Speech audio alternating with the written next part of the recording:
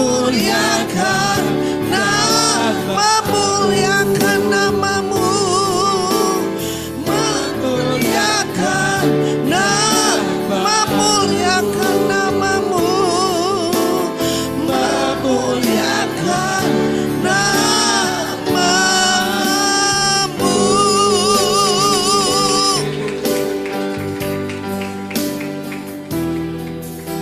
Tuhan, Kau berkata bahwa orang yang duduk dalam lindungan dan bermalam dalam naungan-Mu akan berkata, Engkaulah tempat perlindungan dan kubu pertahanan, Allahku yang kupercayai. Kami terus ingin melekat kepadamu Tuhan, punya tempat yang tersembunyi bersama dengan Tuhan, yang terus memprioritaskan Tuhan atas hidup kami, yang fokus hanya kepadamu Tuhan. Karena hanya orang-orang seperti itu yang sanggup berkata kepada Tuhan, Engkaulah tempat perlindungan dan kubu pertahanan. Kami tahu Tuhan, Kau adalah Tuhan yang tidak pernah bisa digoncangkan. Semua dunia digoncangkan, tapi firman Tuhan tidak pernah bisa digoncangkan. Biarlah kami mengerti dengan jelas. Kami harus mengandalkan dan hidup oleh karena firman-Mu. Ketika kami keluar dari firman-Mu, kami menjadi pribadi yang sangat sering digoncangkan. Tapi ketika kami terus melekat dan terus memegang firman-Mu, hidup oleh karena firman-Mu, kami menjadi pribadi yang tidak pernah bisa digoncangkan. Bukankah Engkau berkata ini waktunya menampi Tuhan? Bukan lagi menjala. Di akhir zaman kerajaan sorga diumpamakan seperti orang melempar bukat dan menjala. Dan hari-hari terakhir bukan waktunya menjala, tapi Engkau mulai memilah-milah ikan yang baik dan ikan yang jelek Tuhan. Dan Kau berkata bahwa orang yang kecenderungan hatinya kepada Tuhan dan kudus akan semakin kudus. Dan orang jahat akan semakin jahat. Kau akan memberikan anugerah yang luar biasa ketika kami menaruhkan, melekat, memprioritaskan Tuhan. Kami akan semakin mengalami progres dan akselerasi. Supaya terang Tuhan nyata atas hidup kami. Terjadi perbedaan yang luar biasa antara orang benar dan orang fasik Tuhan. Dapati kami mengalami anugerah itu.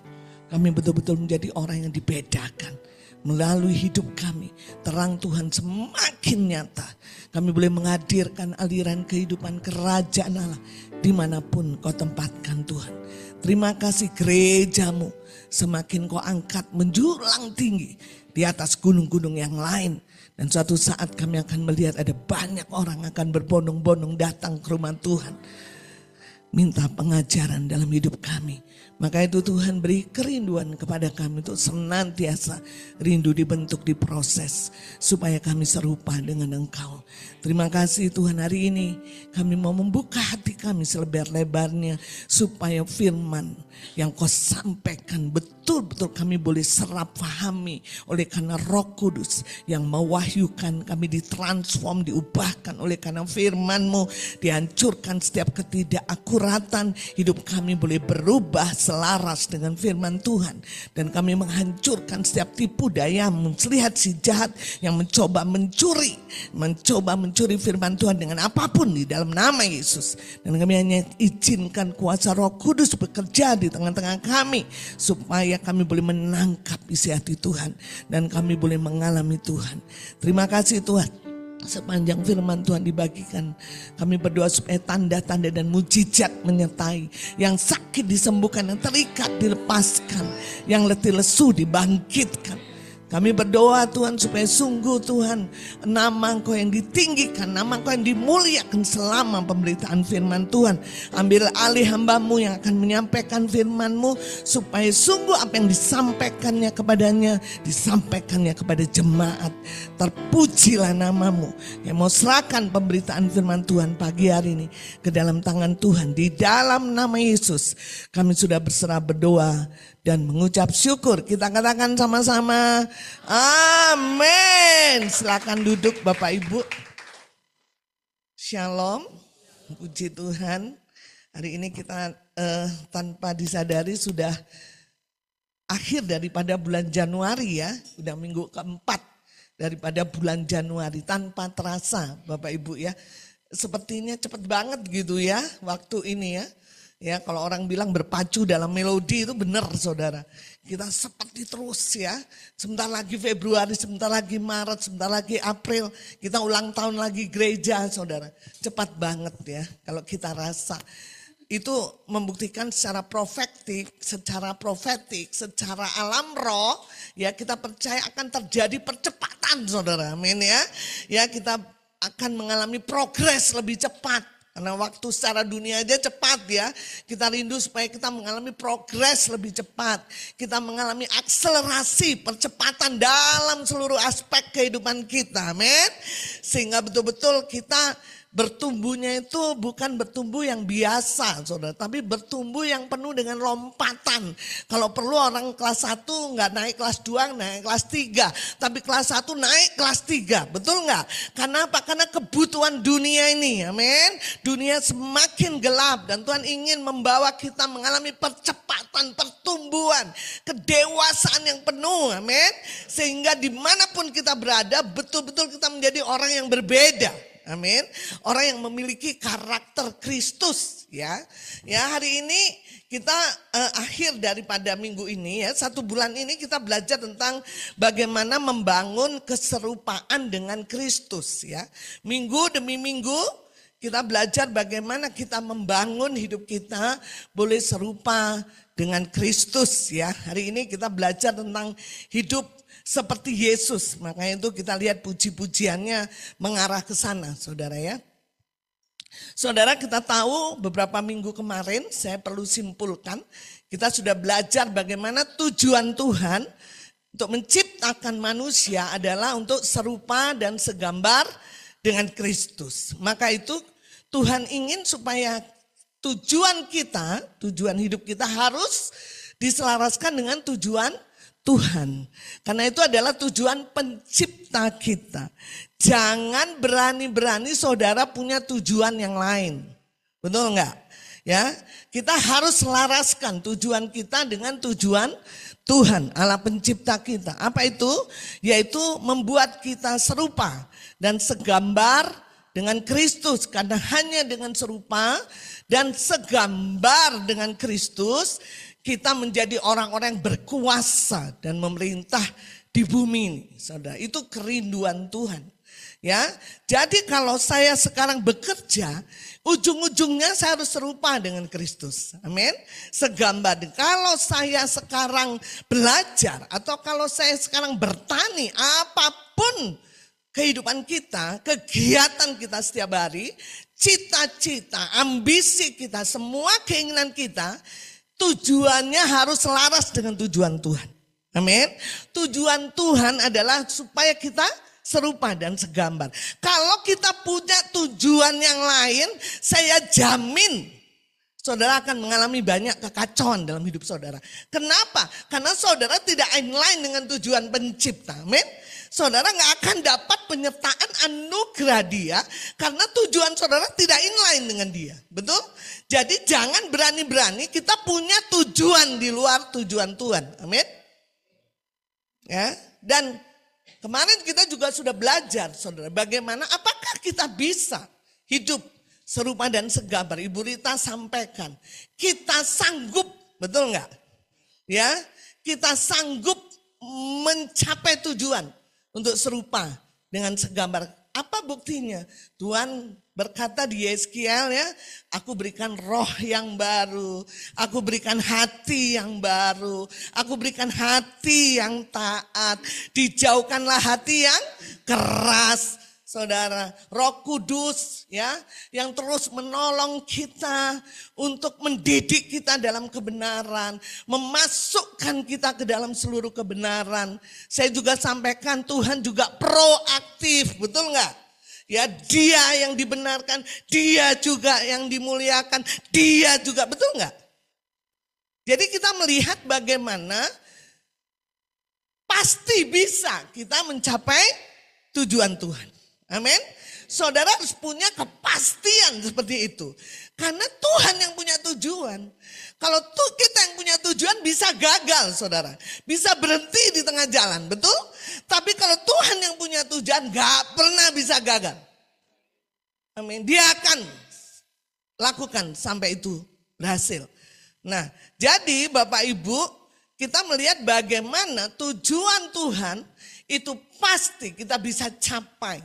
Ya, kita pasti bisa serupa dan segambar. Kita belajar kemarin bagaimana segambar artinya ada benih ilahi. Kita sudah lahir baru. Serupa bicara pikiran dan karakter Kristus. Saudara, ada banyak orang berpikir tujuannya sampai lahir baru. Sudah lahir baru, oke lah, belum selesai. Betul? Masih di tengah jalan, betul? Ya. Orang Kristen belum tentu lahir baru, betul nggak? Tapi orang lahir baru hanya baru segambar, belum serupa. Jadi kita harus ada satu step lagi, yaitu kita memiliki pikiran dan karakter Kristus. Inilah yang setiap hari dibentuk, diproses oleh Tuhan dalam hidup kita. Nah, saudara, kita bersyukur ya, walaupun kita harus mencapai segambar dan serupa, tapi kita punya contoh, betul nggak? Kita nggak bayang-bayang kayak gimana sih serupa dan segambar, ya sama seperti agama-agama saudara kita yang lain, itu hanya nggak real gitu, nggak ada contoh. Tapi kita punya contoh, amin. Yesus, amin. Kita lihat saja bagaimana serupa segambar dengan Tuhan. Kita lihat kehidupan Yesus pada waktu dia di dunia, saudara ya. Ya, itulah yang kita mau bahas hari ini. Ya, supaya apa yang dilakukan Yesus selama di dunia, itulah yang kita lakukan. Nah, kalau kita contoh, ikuti jejak Yesus, pasti kita serupa dan segambar dengan Tuhan. Amin. Kita bersyukurnya, kita punya contoh, kita punya teladan. Yaitu Yesus. Kita mau gali sekarang. Waktu dia hidup di dunia, apa yang dia lakukan supaya saya bisa ikuti. Kalau kita punya hati untuk mengikuti jejak kakinya, saya percaya kita akan bicara sama dengan Tuhan. Hei maut, di mana sengatmu? Betul? Kita bisa berkuasa. Kita menjadi orang yang memerintah. Hei maut, di mana sengatmu? Sengatmu sudah ditelan oleh kemenangan Tuhan. Kita bukan orang-orang yang dikalahkan oleh dunia ya. Kita bukan orang yang menjadi korban. Korban inflasi, korban PHK, korban apapun saudara. Tapi kita menjadi orang yang menentukan. Memerintah itu menentukan, amin. Kalau orang yang diperintah itu pasif, korban, betul. Tapi kita ditetapkan untuk orang yang memerintah. Ya bagaimana caranya? Kita lihat saja, ikuti saja. Teladan Yesus pada waktu dia ada di dunia. Kita baca Matius 4 ayat yang ke-23.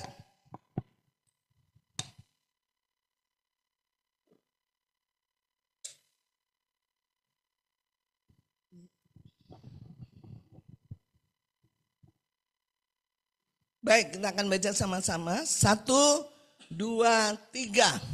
Yesus pun berkeliling di seluruh Galilea, ia mengajar dalam rumah-rumah ibadat dan memberitakan Injil Kerajaan Allah serta melenyapkan segala penyakit dan kelemahan di antara bangsa itu. Kita juga lihat sama Matius 9 ayat yang ke-35.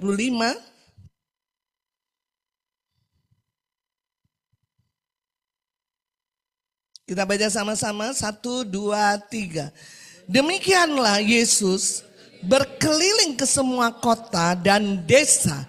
Ia mengajar dalam rumah-rumah ibadat dan memberitakan Injil Kerajaan Surga serta melenyapkan segala penyakit dan saudara, kalau kita lihat kehidupan Yesus selama di dunia, dia selalu melakukan kebaikan-kebaikan, betul? Ya, betul, saudara lihat.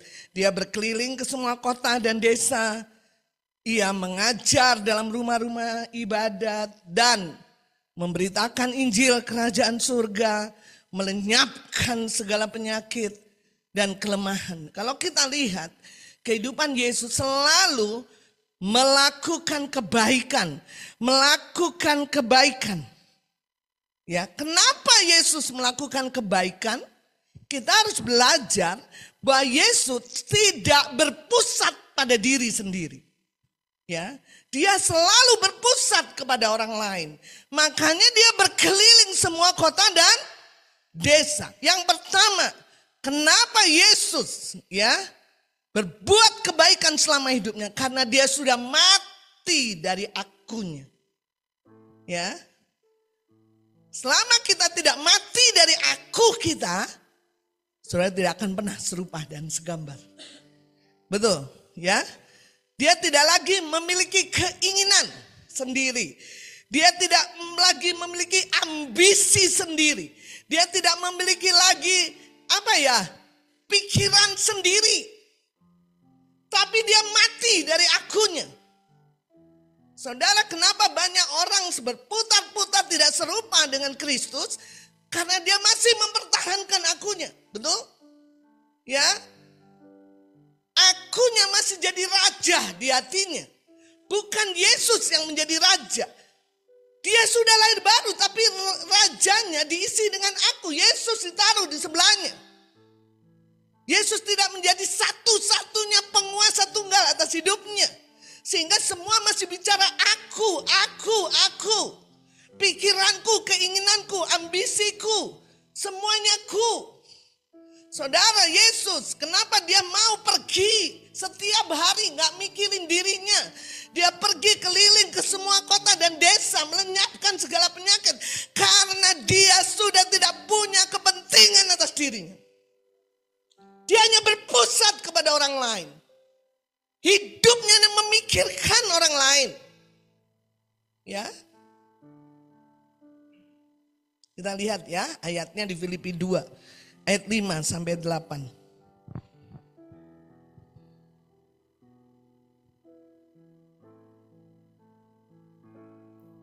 Saya akan bacakan buat saudara. Hendaklah kamu dalam hidupmu bersama menaruh pikiran dan perasaan yang terdapat juga di dalam Kristus Yesus. Yang walaupun dalam rupa Allah, tidak menganggap kesetaraan dengan Allah itu sebagai milik yang harus. Dia sudah memberikan keakuannya untuk tidak dipertahankan. Ya.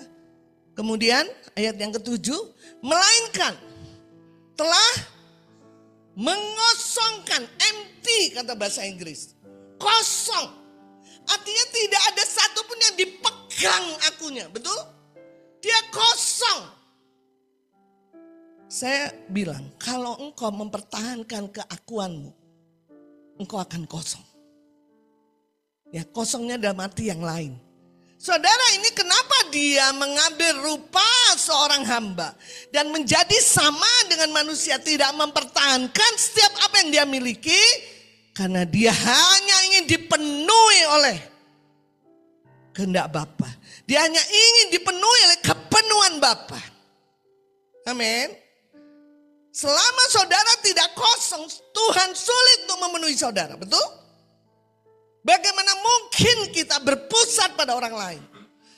Bagaimana mungkin kita memikirkan orang lain? Ya. Tuhan katakan kau harus kosong. Kosong dari apa? Dari aku. Amin. Kenapa?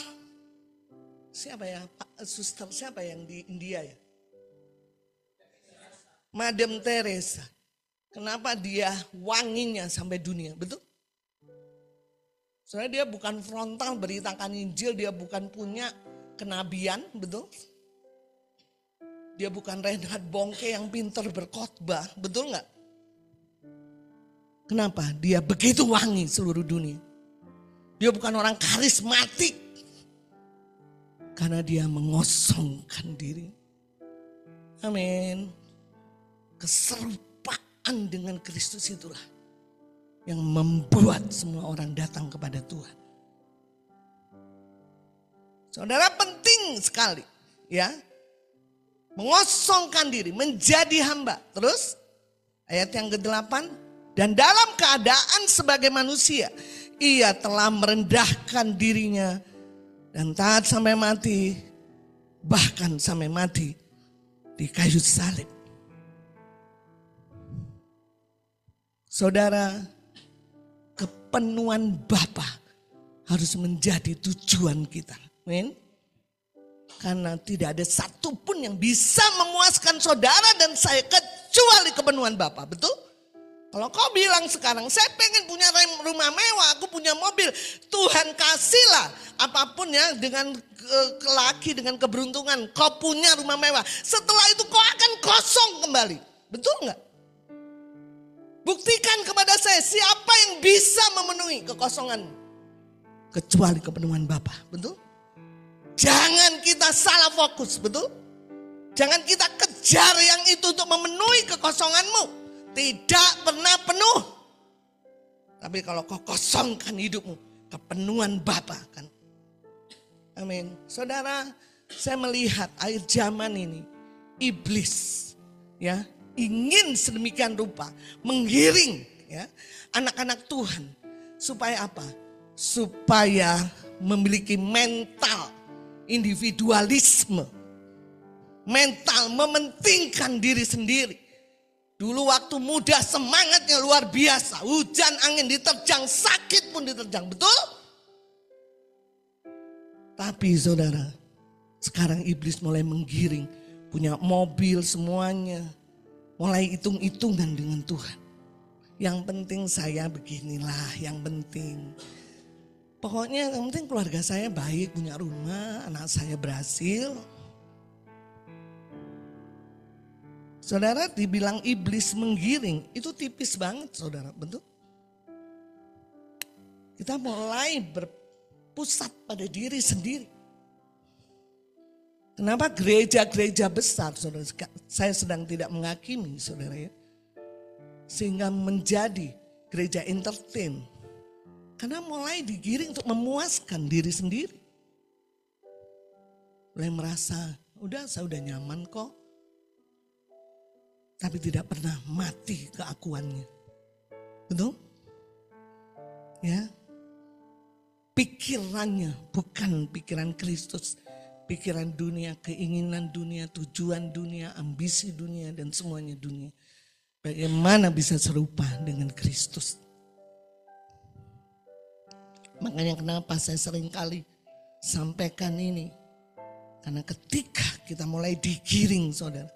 Untuk memiliki mental semua aku dan tidak berpusat pada orang lain.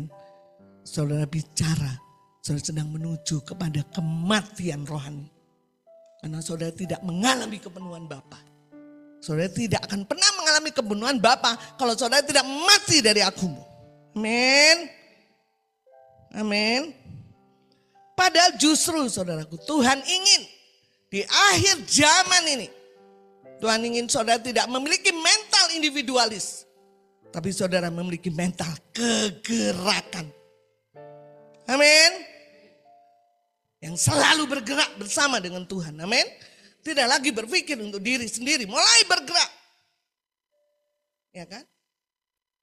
Mulai bergerak. Mulai bergerak. Saudara, bukan saja orang-orang misi dan segala macam, orang yang di lapangan yang bergerak. Kita semua harus bergerak, betul? Tuhan ingin kita punya mental kegerakan. Bukan berarti kita harus pergi ke desa-desa. Tapi dalam hidup kita harus tahu bahwa aku harus mati dari dagingku dan aku harus memperhatikan orang lain. Amin. Maka itu Yesus berkeliling ke semua dosa setiap hari. Saya sudah tidak mikir lagi aku tinggal di mana. Dia tidak mikir lagi apa yang aku makan dan minum. Betul nggak? Karena dia yakin kalau dia mengerjakan kehendak Bapa, Tuhan pasti backup dia. Amin. Ya. Jadi seharusnya ya hidup yang mengosongkan diri, yang terus menjadi seorang hamba, yang terus tidak ada yang perlu dipertahankan hak. Itu harusnya kita adopsi setiap hari. Betul? Kalau enggak saudara, tadi iblis akan giring saudara. Untuk mulai saudara mementingkan diri sendiri. Saudara, ada satu cerita di mana pada waktu kita dulu, saudara, anak-anak kita pun kalau kita retreat kemana, kita dulu naik mobil tentara ya, pinjem ke tentara mana itu, Pusdik apa, dimasukin, betul nggak saudara? Masih ingat teman-teman dulu? Kita nggak peduli apapun kendaraannya apa, kita bisa pergi ke sana. Sekarang setelah orang tuanya yang dulu begitu, ya ini di zaman di negara Konoha ya, bukan kita ya, yang sudah punya mobil.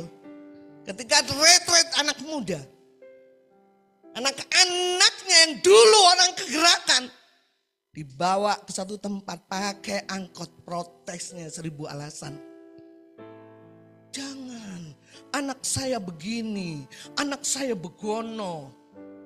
Kenapa saudara? Karena kenyamanan, betul? Karena mulai berpusat pada diri sendiri. Mulai hitung-hitungan. Mulai tidak percaya bahwa sanggup. Saudara, Tuhan memunculkan kegerakan itu mudah. Tapi untuk memaintain, memelihara kegerakan semakin besar, itu bukan sesuatu yang mudah. Perlu orang-orang yang mengosongkan diri, betul? Kita bisa cerita zaman dulu, saudara. Tapi kalau hari ini Tuhan belum melihat orang yang mengosongkan diri, karena hanya kepenuhan Bapa yang bisa membuat seseorang bergerak bersama dengan Tuhan. Tidak akan pernah terjadi kegerakan. Itulah yang saya takutin, saudara. Kita melihat Yesus, saudara. Dia tidak pernah berubah, betul? Dia terus mengosongkan diri. Dan biarlah hati yang mengosongkan diri, yang menjadikan hamba, tidak mempertahankan apapun. Itu terus kita adopsi setiap hari. Amin. Tidak belajar untuk memikirkan keinginan saya, pikiran saya, ambisi saya, tujuan saya, segala macam saya. Tapi mulai berpikir, Tuhan, apa yang kau inginkan dariku? Betul nggak? Saudara, kadang-kadang Tuhan hanya jadi alat untuk memuaskan hidup kita. Berkati A, berkati B, berkati C, berkati D. Pernah nggak bangun pagi kita bilang, Tuhan pagi hari ini apa yang kau mau atas hidupku? Karena kalau dipikir-pikir semuanya sudah diberikan kepada kita, betul nggak? Tapi kita masih tuntut dia setiap hari. Tuhan berkati, bukan berarti salah saudara. Bukan. Kalau begitu kita nggak minta diberkati, bukan berarti salah. Tapi cek hatimu. Apakah hanya Tuhan yang kau pakai alat untuk memuaskanmu? Atau karena kau ingin menyenangkan hati Tuhan? Kalau semua berkat itu untuk seperti dan segambar dengan Kristus, saya percaya permintaanmu inline dengan Tuhan. Amin. Nah, jadi yang pertama saudaraku, mati dari keakuan, mengosongkan diri. Ya, setiap hari kita belajar untuk mengosongkan diri. Apa itu? Kemarin Bu Rita udah sampaikan, kalau engkau disakiti ampuni, betul nggak? Itu praktek sehari-hari, betul nggak? Kalau mati ya nggak mau dicubit nggak kerasa, saudara. Jadi kita melihat, kita lagi tidak lagi menjadi punya pikiran kita, tapi kita taruhkan semua perasaan dan pikiran kita di dalam Kristus. Yang kedua, saudara, yang pertama kita membangun gaya hidup, mengosongkan diri setiap hari, mati dari keakuan. Yang kedua, Yesus selama di dunia, dia membangun gaya hidup yang selalu taat mutlak. Apa ya saudara? Taat mutlak kepada setiap arahan dan kehendak Bapa. Kita lihat Yohanes 4 ayat yang ke-34.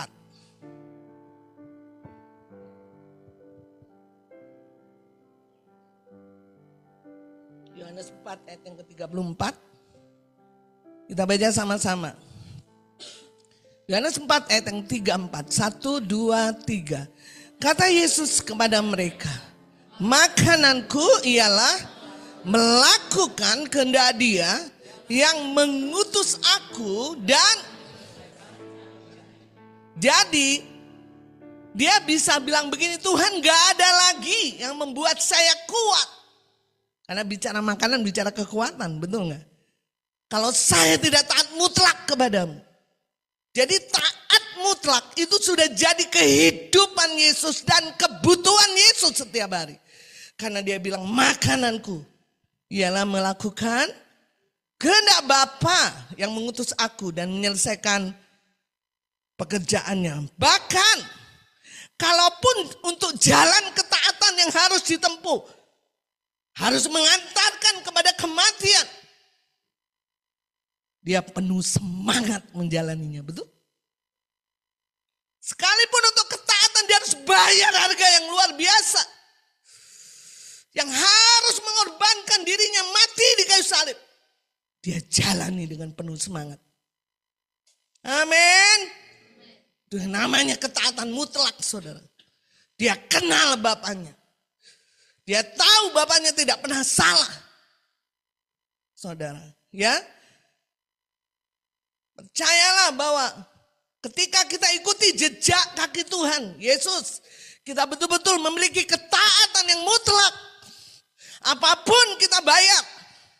Sekarang saudara untuk taat yang besar, boro-boro mati. Kita suruh ibadah saja, betul gak? Ya kan? Suruh ini aja, banyak, betul gak?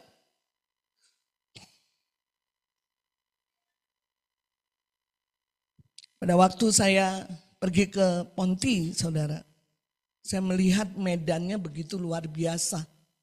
Jalannya kecil, sebentar jurang, ada banyak hutan sawit. Kemudian teman saya, Kak Uli yang merintis dulu. Dia bilang, Mbak, sekarang enak kita pakai mobil. Dulu saya jalan kaki berhari-hari. Bahkan dia lihat kan saya bisa, mohon maaf, BAB, kencing ditemani babi di situ. Tidak ada toilet. Dia harus jalan. Ini sungai di mana kami mandi dulu. Saudara, saya tahu tidak ada gereja-gereja yang lahir sekarang 7 desa. Tanpa ada ketaatan mutlak orang-orang yang memulai, betul? Saya nangis, saudara. Kenapa? Ya ampun Uli, kok bisa ya kamu dulu begini gak ada lampu. Saya tahu sekarang aja saudara medannya begitu luar biasa. Dia bilang kalau bukan karena Tuhan. Kalau bukan karena saya taat mutlak dengan dia. Ngapain? Saya perempuan saudara. Dia pakai skincare yang mahal sekalipun. Gak bisa bikin cantik. Saya udah rasakan saudara. Gak ada air yang bersih. Airnya kuning. Rambut saya itu seperti disemprot hairspray setiap hari. Kaku gitu. Bayangin saudara. Dia harus makan setiap hari saya makan dengan pakis dan rebung. Itu aja zaman modern saudara. Kebayang dulu.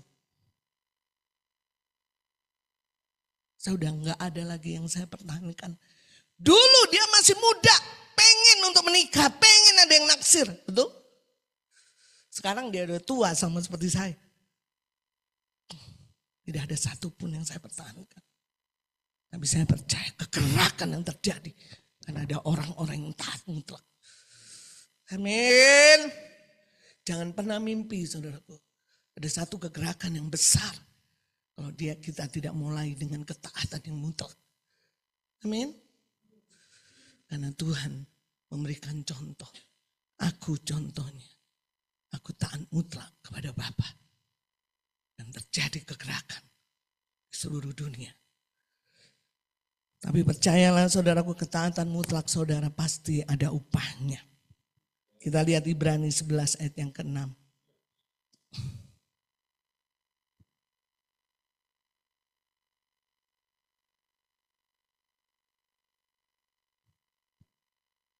Saya akan bacakan Ibrani 11 ayat yang ke-6. Tetapi tanpa iman tidak mungkin orang berkenan kepada Allah. Sebab barang siapa berpaling kepada Allah, ia harus percaya bahwa Allah ada. Dan bahwa Allah memberi upah kepada orang yang sungguh-sungguh Seorang yang taat mutlak selalu dapat upah. Apa upahnya? Upahnya Tuhan akan mendatangkan ganjaran dari Bapa dan dia memberikan posisi. Amin. Seorang yang taat mutlak memiliki posisi yang berbeda dari yang lain. Dan posisi rohanimu itu membuat reputasimu melekat ya dalam kehidupanmu. Artinya hidupmu akan dikenang banyak orang. Amin. Supaya kita lihat perbedaannya ya.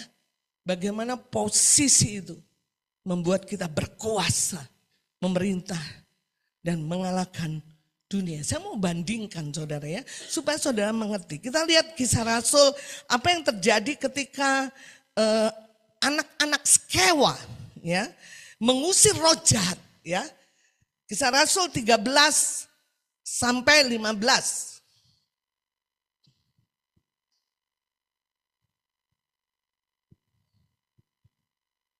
Kisah Rasul. Saya akan bacakan ya 13. Kisah Rasul 19. Mohon maaf, Kisah Rasul 19 ayat 13 sampai 15. Oke. Pelan-pelan saya bacakan. Juga beberapa tukang jampi Yahudi yang berjalan keliling di negeri itu mencoba menyebut nama Tuhan Yesus atas mereka yang kerasukan roh jahat dengan berseru katanya, aku menyumpahi kamu demi nama Yesus yang diberitakan oleh Paulus. Ayat yang ke-14. Mereka yang melakukan hal itu ialah 7 orang anak dari seorang imam kepala Yahudi yang bernama Skewa. Jadi ini anak-anak Skewa mengusir setan dalam nama Yesus yang diberitakan Paulus. Mereka yang melakukan hal ini ialah 7 sudah ya, ayat 15. Tetapi roh jahat itu menjawab. Lihat ini, perhatikan. Yesus, Paulus, tetapi kamu. Siapakah kamu? Saudara lihat bedanya posisi. Betul enggak saudara? Orang bisa ngusir roh jahat dalam nama Yesus. Tapi posisimu iblis tahu. Amin. Saudara, dikatakan di sini roh jahat. Siapa yang menjawab roh jahat saudara? Yesus aku kenal. Ya, pada Alkitab berbahasa Yunani saudaraku, kata-kata kenal di sini itu disebut ginosko.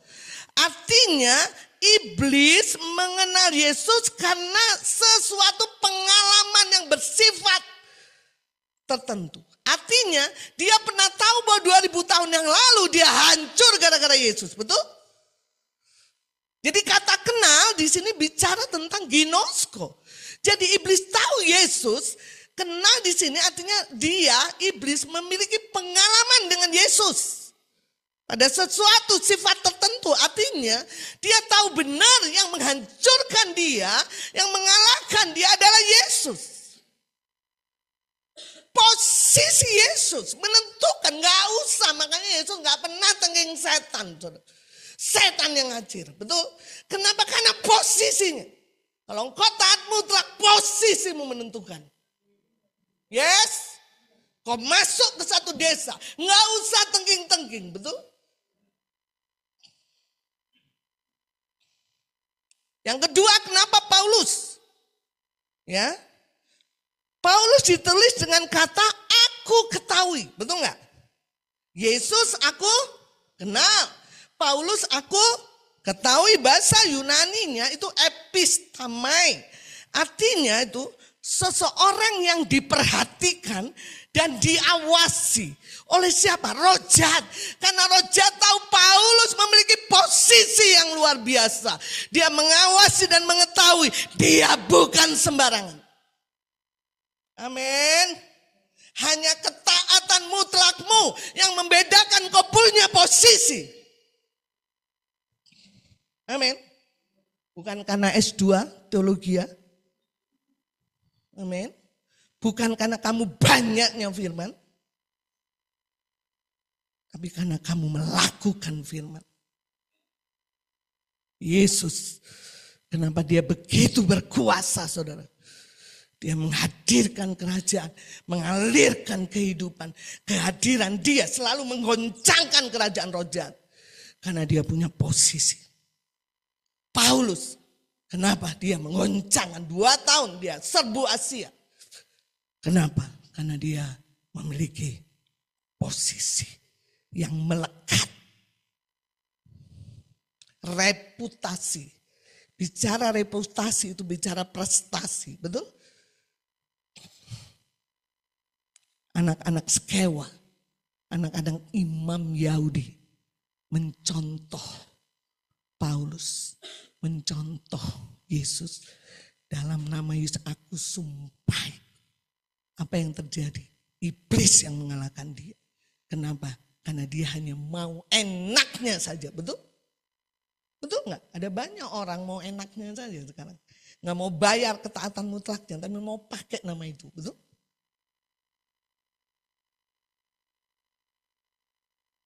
Saudara, itulah yang membuat Yesus berkuasa. Ketaatan mutlak kita menentukan posisi kita.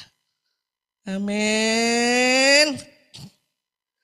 Selama engkau hidup tidak taat, berputar-putar, betul? Silakan pilih. Tuhan tidak pernah memaksa hidup. Yes? Kau pasti alami karena itu pola. Amin. Tuhan gak pernah paksa, saudara. Kau yang pilih. Kau mau taat mutlak atau tidak. Tapi kalau kau mau taat mutlak, ada ganjaran. Ada upah. Posisimu berbeda. Iblis akan kenal engkau. Inilah orang yang aku ketahui. Sama seperti Paulus. Sehingga kau masuk desa, kau ada di keluarga besarmu. Iblis tahu, ini orang yang akan menghancurkanku. Pasti terjadi dampak yang luar biasa. Amin. Kenapa Paulus seperti itu? Karena Paulus bukan hanya taat mutlak, tapi dia mengosongkan dirinya. Dan dia dipenuhi oleh kepenuhan Kristus. Paulus bilang semua aku anggap sampah. Kita lihat ya Filipi 3 ya. Filipi 3 ayat 7 sampai 14 nih agak panjang.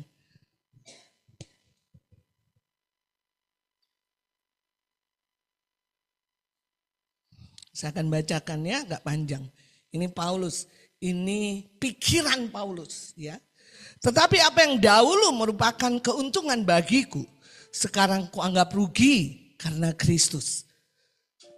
Malahan segala sesuatu kuanggap rugi karena pengenalan akan Kristus Yesus Tuhanku lebih mulia daripada semuanya.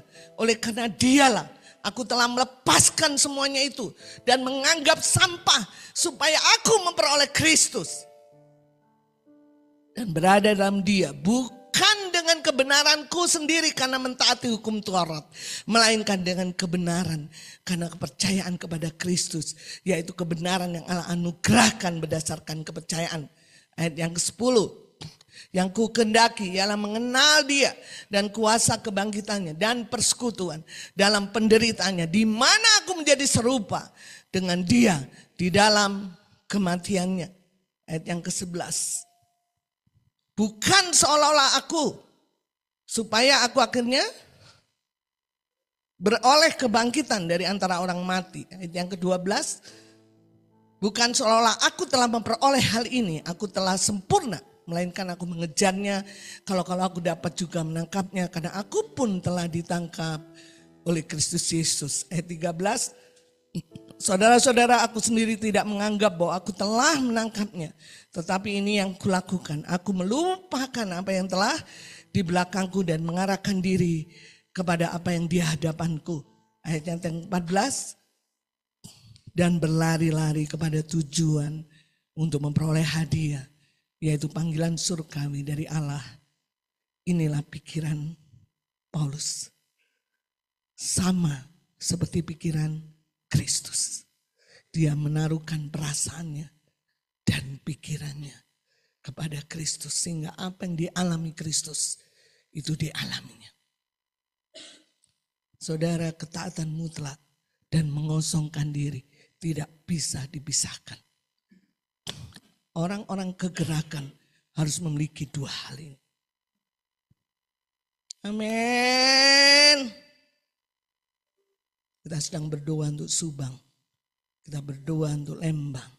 Kita berdoa untuk bangsa-bangsa Singapura. Sampai saat itu Tuhan sedang mencari. Apakah ada orang-orang yang mengosongkan diri. Dan memiliki ketaatan yang mutlak. Supaya Tuhan memenuhi. Amin. Ya. Yang ketiga, saudara. Kita melihat apa yang Tuhan lakukan. Yang pertama tadi mengosongkan diri, mati dari keakuan. Yang kedua, Yesus mengalami ketaatan yang mutlak. Ya. Yang ketiga, apa yang Yesus kerjakan? Dia memuridkan. Memuridkan tidak bisa dianggap remeh. Saudara harus masuk di dalam pemuridan. Bukan hanya dimuridkan, tapi memuridkan. Amin. Karena memuridkan bukan ide dari manusia. Tapi itu adalah tugas dari Bapa yang diberikan kepada Yesus. Kita lihat Yohanes 17 ayat 6 sampai 8. Yohanes 17 ayat 6 sampai 8. Kita baca sama-sama ya. 1, 2, 3. Aku telah menyatakan namamu kepada semua orang yang engkau berikan kepadaku dari dunia. Mereka itu milikmu dan engkau telah memberikan mereka kepadaku dan mereka telah. Ya, sampai dulu di sini. Saudaraku, Tuhan Yesus ini waktu mau disalib, dia bikin laporan kepada Bapa. Jadi sebelum dia di Getsemani dia berdoa terus kemudian dia mati di kayu salib. Dia laporan kepada Bapa, Tuhan aku selama di dunia ini telah menyatakan namamu kepada semua orang. Dia beritakan Injil kepada semua orang yang engkau berikan kepadaku dari dunia. Mereka sekarang menjadi milikmu karena aku sudah menyatakan namamu, sudah beritakan Injil. Dan engkau telah memberikan mereka kepadaku dan sekarang mereka telah menuruti bicara menuruti firman itu bicara pemuridan. Maka tidak bisa orang hanya lahir baru tanpa dimuridkan. Lanjut ayat yang ke-7.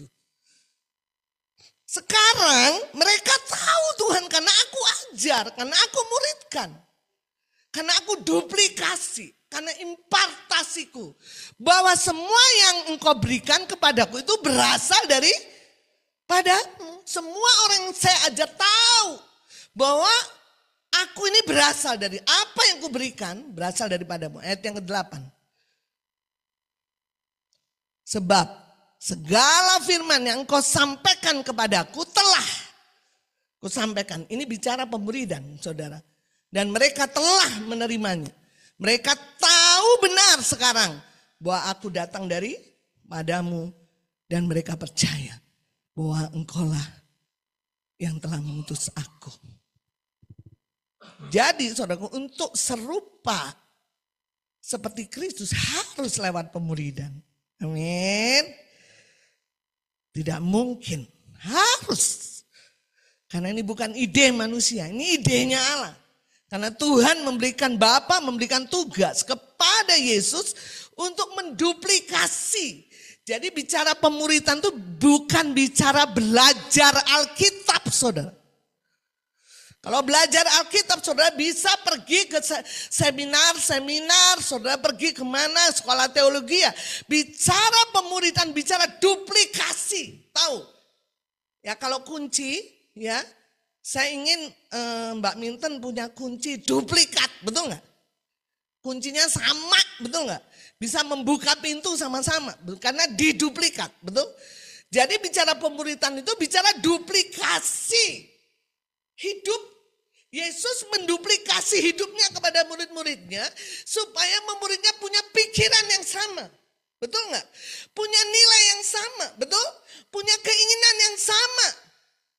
Banyak pemuridan, saudaraku, pembimbingnya punya pikiran A, yang dimuridkan punya pikiran B. Itu salah, itu bukan yang dimaksud. Bicara pemuridan, bicara duplikasi. Amin. Karena dia bilang mereka benar-benar tahu apa yang kusampaikan. Betul? Yesus melakukan supaya serupa dengan Kristus. Dan bukan hanya kita dimuridkan, tapi kita memuridkan. Maka itu Tuhan bilang, baptislah dan jadikan semua bangsa dan muridkan mereka. Artinya duplikasi itu terus berlanjut. Sehingga ada banyak orang yang seperti Kristus. Saudara, orang yang menjadi pemurid, pembimbing bukan berarti harus sempurna.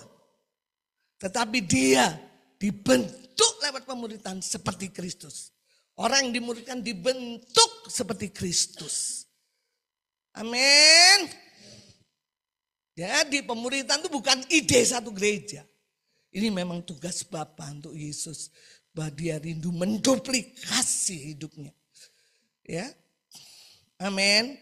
Mencetak sesuai dengan hidupnya. Sehingga ada banyak orang-orang sama seperti Yesus. Ya. Yang ketiga, saudara.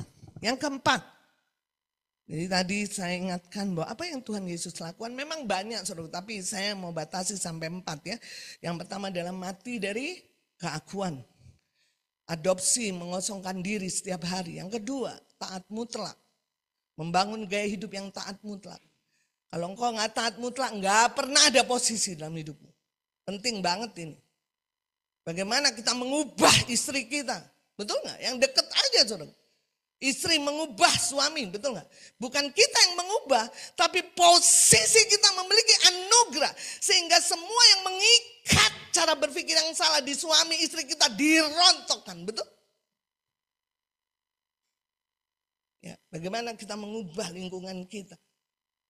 Ya, kalau cara pikir kita masih dunia, nggak mungkin. Ya, jadi penting banget. Yang ketiga, kita bisa menjadi seperti itu harus dimuridkan. Karena inilah Tuhan yang lakukan. Kita ikuti jejak dia. Dia menduplikasi hidupnya. Ya, dengan 12 muridnya. Saudara, memberi hidupnya. Transparan. Tidak ada yang tersembunyi. Murid-muridnya tahu dari pagi sampai malam siapa Yesus. Betul? Ya, tidak ada yang tersembunyi. Yang keempat. Yesus senang berdoa dan berpuasa. Kita harus rindu mengalami ini. Amin. Kita lihat Matius 26 ayat yang ke-41.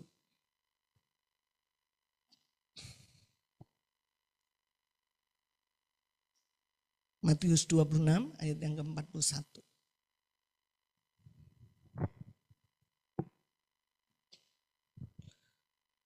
Kita baca sama-sama. 1, 2, 3. Berjaga-jagalah dan berdoalah.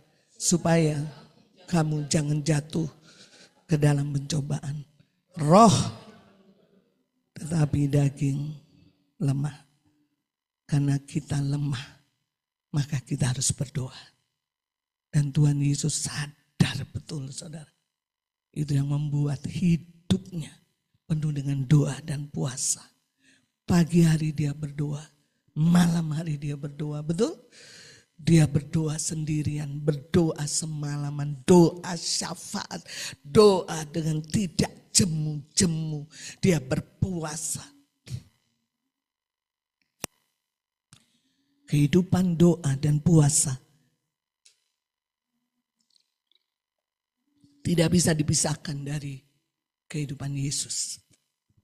Kalau kita ingin serupa dengan Kristus, kita harus memiliki jejak yang sama. Kehidupan doa dan puasa harus menjadi kehidupan kita. Amin. Kita selalu terhubung dengan Tuhan. Kita memiliki secret place, tempat yang tersembunyi. Memiliki hubungan yang intim dengan Tuhan. Kita harus menyediakan waktu untuk Tuhan. Kita tidak bisa bilang aku sibuk, Tuhan gak punya waktu. Karena daging lemah.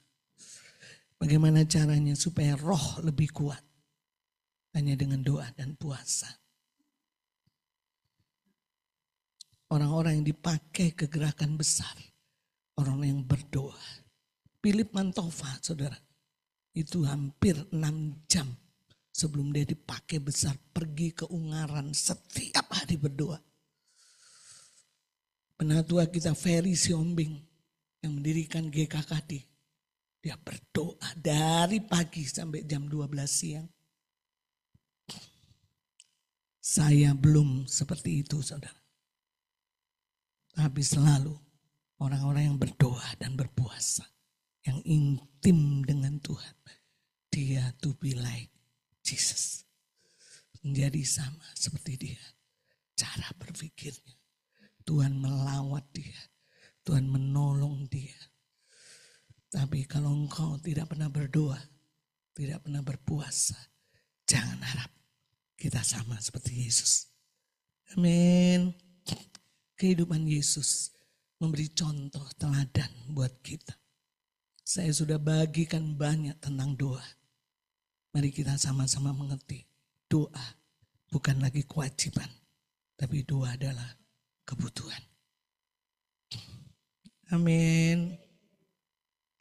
Makanya sesibuk-sibuknya saudara, pastikan kau disiplin hidupmu. Ambil waktu doa.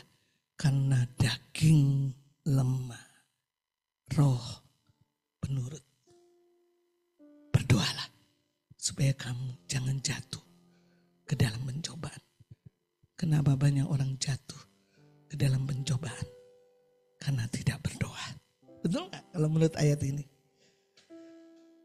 Mari kita sama-sama kuat. Bukan karena kuat gagah kita. Tapi karena doa. Amin. Kita menjadi seperti Yesus. 4 hal itu saudara kalau kita praktekkan dalam kehidupan kita. Kita menjadi orang-orang yang berbeda. Amin. Ada aura yang berbeda. Ada muatan yang berbeda. Orang-orang akan senang dengan kehadiran kita. Karena menyejukkan, memberi damai. Saya harus minta maaf sama Tuhan, saudaraku. Ada teman saya SMA yang waktu saya sampaikan. Dia bolak-balik telepon saya belum kembali kepada dia untuk tolong dia. Sampai pernah suatu kita, Yus kamu di mana sih? Katanya, saya lagi di Pontianak, saya gak mau ngomong. Kamu lagi di mana? Tolonglah saya. Saya merasa berutang, saudara.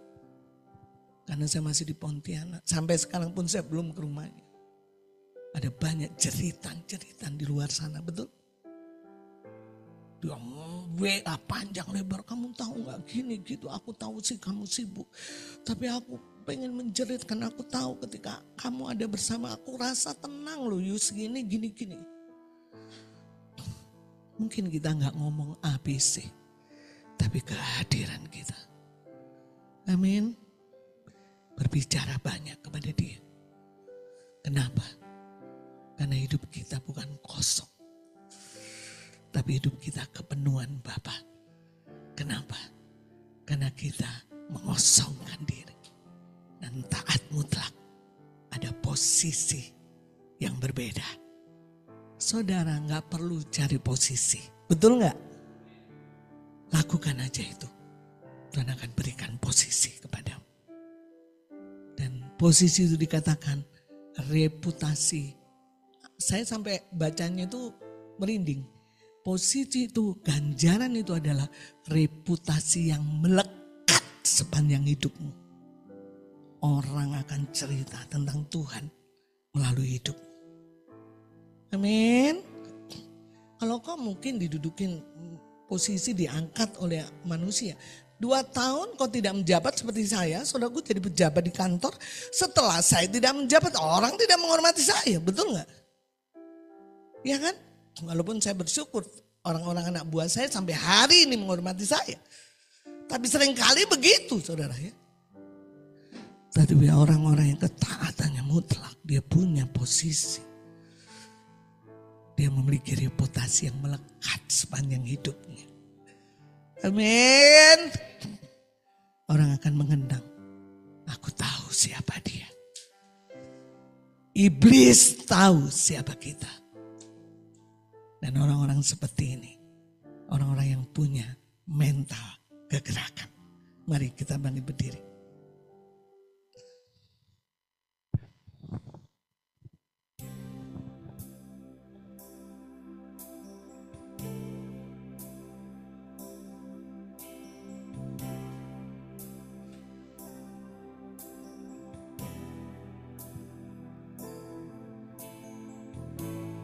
Gimana sih?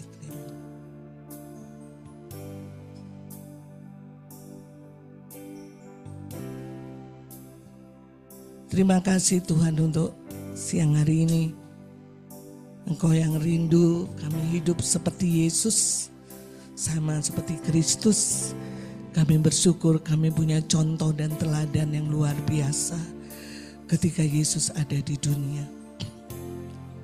Biarlah Tuhan lewat Yesus kami memiliki bahkan mengambil keputusan untuk mengadopsi cara hidupnya. Yaitu mengosongkan diri setiap hari. Tidak ada yang dipertahankan. Kami merendahkan diri menjadi seorang hamba. Mengutamakan yang lain. Tidak ada lagi yang dipertahankan. Kami mati dari keakuan. Tidak hidup untuk keinginan kami sendiri untuk aku. Tapi sama seperti Yesus yang selalu berpusat kepada orang lain. Penuh dengan kasih dan kebaikan-kebaikan. Melenyapkan sakit penyakit. Memiliki belas kasihan. Ketika melihat banyak orang. Tergeraklah hati dia dengan belas kasihan. Tidak ada egois mementingkan diri sendiri. Tapi kami mau Tuhan itu semakin mati dalam hidup kami. Setiap hari kami semakin mengosongkan diri kami. Kami semakin tidak ada yang dipertahankan. Dan hanya kepenuhan Bapa. Ajar kami Tuhan. Supaya kami taat mutlak. Makananku bukan yang lain. Kecuali melakukan kehendak Bapa. Dan menyelesaikannya dalam hidup kami. Ajar kami terus untuk hidup di dalam pemuridan Tuhan. Karena itu bukan ide manusia. Itu pola Tuhan. Kami tidak akan pernah serupa dengan Kristus kalau kami tidak masuk di dalam pemuridan. Dan ajar kami untuk menjadikan doa dan puasa menjadi gaya hidup kami. Mungkin orang tidak mengerti, kami tidak terkenal. Kami bukan orang yang terkenal di mimbar Tuhan. Kami bukan orang terkenal di mana-mana. Tapi kami memiliki tempat yang khusus. Kami terkenal di hadapan Tuhan. Itu cukup bagi kami. Orang tidak melihat kami berdoa, punya tempat tersembunyi. Tapi kami tahu Tuhan, doa dan puasa kami menentukan kami serupa dan segambar dengan Tuhan. Mari Tuhan bawa kami mengerti. Kami tahu mungkin di dalam ketaatan mutlak kami harus bayar harga sedemikian rupa. Tapi kami percaya Tuhan bahwa Engkau memberikan upah bagi orang yang sungguh-sungguh mencari Engkau. Engkau memberikan posisi bahkan reputasi yang melekat sepanjang hidup kami.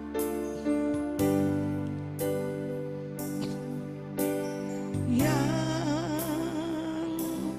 ku rindukan hanya Kau Yesus, nyatakan pribadimu dalam hidupku.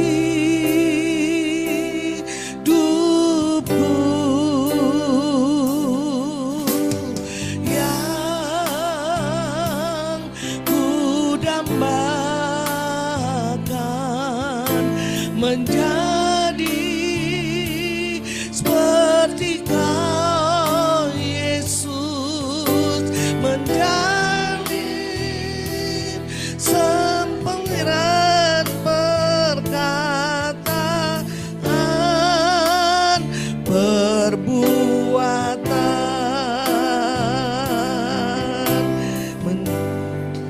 yang kurindukan, yang kurindukan hanya Kau Yesus. Nyatakan pribadi-Mu dalam hidupku yang kudambakan, yang kudambakan menjadi seperti Kau di dalam perkataan pikir, di dalam perkataan pikiran, perbuatan menjadi seperti Kau, menjadi seperti Kau Yesus, menjadi seperti Kau Yesus, menjadi sempurna dalam seluruh hidupku, menjadi seperti Yesus, menjadi seperti Kau Yesus, menjadi seperti Kau Yesus, menjadi sempurna dalam seluruh hidupku, dalam seluruh hidupku, dalam seluruh hidupku. Tuhan, itulah deklarasi keputusan kami pagi hari ini. Kami ingin menjadi seperti Engkau Yesus, dalam pikiran, dalam perkataan, dalam perbuatan. Kau yang kami dambakan dan Kau yang kami rindukan. Setiap hari kami ingin menjadi seperti Engkau. Dan biarlah apa yang Kau lakukan selama di dunia, kami ikuti jejak-Mu Tuhan. Kami akan lakukan hal yang sama supaya kami sama seperti Engkau.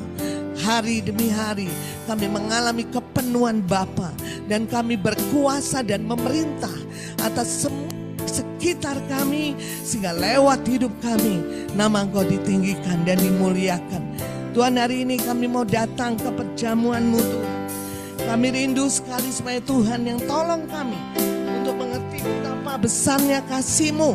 Engkau mati di kayu salib dan Engkau menebus dosa kami, dan Engkau mengangkat kami begitu tinggi, bahkan Engkau menjadikan kami serupa dan segambar Engkau kembali menjadi seperti Yesus.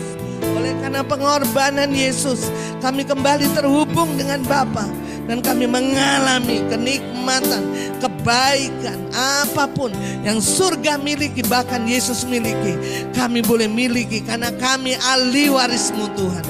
Terima kasih Tuhan. Mari Bapak Ibu angkat tanganmu dengan roti, dan firman berkata, dan ketika mereka sedang makan, Yesus mengambil roti, mengucap berkat, memecah-mecahkannya, lalu memberikannya kepada murid-muridnya dan berkata, ambillah, makanlah, inilah tubuhku. Mari kita sama-sama memakan tubuh Kristus sebagai tanda bahwa penebusan dosa sempurna di kayu salib. Kita tidak lagi dibawa kutuk, kita penuh dengan berkat. Kita memiliki masa depan yang gilang gemilang, ciptaan yang baru, lama sudah berlalu dan yang baru sudah datang. Mari kita sama-sama makannya.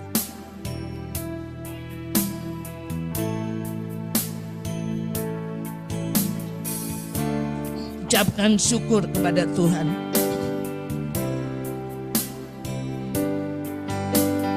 Angkat sama-sama anggur. Tuhan berkata, sesudah itu ia mengambil cawan, mengucap syukur, lalu memberikannya kepada mereka dan berkata, minumlah kamu semua dan cawan ini, sebab inilah darahku, darah perjanjian yang ditumpahkan bagi banyak orang untuk dosa. Mari kita sama-sama minum anggur darah Kristus yang sudah menebus dosa kita.